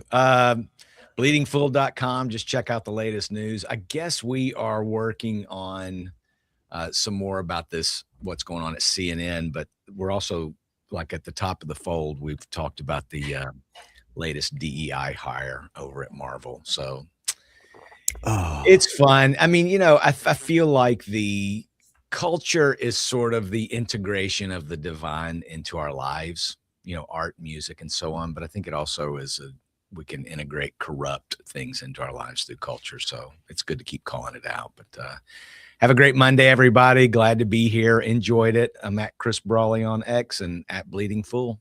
Thanks, Jen. Oh, I won't be here Wednesday. See you guys later this week. All right. Later, Chris. Later, guys. Paulie, what you got going on? I'll be live tonight. I am going to. I have a presentation. I'm going to present to you guys why the boycott is working against Scream. Boycott it. Yes. Live tonight, dogs. Keep up the good fight, sir. Paul, I'm going out to walk dogs. Are you going to videotape it? No. You should. Do you You're realize right. how popular dogs and cats are? It's true. See, Look now at that. everybody's looking at the dog. Look at the dog. Look There's at your boo boo. Collectively, that's what everybody's doing right now. Yeah, that's right. Look at the dog. Wonderful dog. Yeah, see, that's what She happens. wouldn't shut up until I put her on my lap, man. Yeah. Never work with children or animals. No, you know that, right, Paul? That's one of your rules, isn't it? That's right. Of course, the restraining order helps, though. I can't be within 20 yards of a dog. That's true. We knew this. He was told to give the dog a bone, and he took it the wrong way. Yeah. That's what you get, Chato. You walked you right get. into that one with You're on fair, all baby. fours. But Look anyway, like what do you got you coming took up? a Any bone. appalling news or? Yeah, I've got so many things half written. I can't tell you what's going to come up today. So When am I getting a TV guide? I'm writing it right now. It takes I'm like- a long time to write. I need it. Yeah. Come on. 1990. Oh, that's a good year too. Yes. Yeah. Every other year It's is a a long good year. time to write those because I do a ton I of bet. research now. So Well, plus you got to research a lot of the shows, especially Yeah. ones that you may never even seen. but correct. yeah, I have to sound like an expert on every show. exactly. Yeah, I noticed when you mispronounce things. It's hilarious. I do it. Yeah. I don't care. But we love you. Check out Paul's channels. He does great work. Thank you. And especially Pauling News, I guess, is your heavy work All on there. news, lots of fun. Lots of A things lot to of talk Tourette's stuff. You're gonna talk about Tourette's on there? about. I'm done. I'm done with that. Yeah, don't beat it up, Tom. No, I'm moving on. No, I know. I didn't get to see a video about it, so I wanted to see it. I can't remember whether I did something. I think I made a comment. I had an old That's all you Casey did is make a Kasem comment? video on this weekend and thought about you guys. What about Casey Kasem? So on YouTube, they have the Casey Kasem broadcast, like the full shows. Yeah. I was listening to one from 1984. I mean, every cool. song in the top 40 was Yeah, awesome. it was Great great. music back then, dude. And I was I like, didn't know they oh, I did wonder if that. Tom knows about these. I know that they had I found random ones before, but most of the time they were ones with not Casey Kasem. It was when Rick Dees took over. Oh no, this is Casey, man. Yeah. Easy case, Well, I'm with the countdown. Yeah. So Andre, anything to plug other than our video that we dropped this morning and our Scream video from this weekend? Yeah, absolutely. We did a video on Scream, which was also a mini retrospective, well worth checking out. Plus, we did a video this morning on why the Paramount merger, which has all of Hollywood freaking out, isn't going to be that bad. It's going to be fine. Probably. Maybe. Probably. Ellison could always be a madman, but assuming that he isn't, it's going to be fine. Also, of course, check out Real Nordic Noir for some other fun stuff. You can also imagine how fun Tom had editing those. So yeah, link for that is in the description. A bit difficult to find, but yeah, head to the description and check out Real Nordic Noir. Subscribe to that. More videos will come as Tom has at least 2 to edit in the backlog, soon 3. So yeah, good times. Yeah. Paul has one here, a super chat from Marksman 117B. Would you be interested in streaming within Arch on his show with Sargon? Andre definitely will be brought on. Arch is slow getting guests. So I guess Arch is doing something and he's asking if you're interested in it. I don't see why not. Yeah, we just have to wait for I Arch can never to invite understand a word that Arch says. to invite us, basically. Yeah, that's up to him. He's harder to understand than you are. I watch Sargon a lot. Yeah. No, I love Arch. He's good shit. Yeah, Archie's good too. Yeah, he's a good guy. So yeah, we're gonna get out of here, guys. Take care of yourselves and each other. Check out Paul's channel. Check out the videos. See you later. Oh, I'll say one positive thing about the Paramount merger, real quick. It might be a good news for physical media. That's one good thing. Yeah, I just got very the good Babylon 5 series, and it was all Did you? produced by Warner Brothers. Yep, that's true. All right, take care, kids. Bye. Andre. Yes, koala. Koalas in the rain, koalas in the rain. No fucks given. Koala, koalas in the rain, koalas in the rain. No fucks given. Koalas in the rain, koalas in the rain. No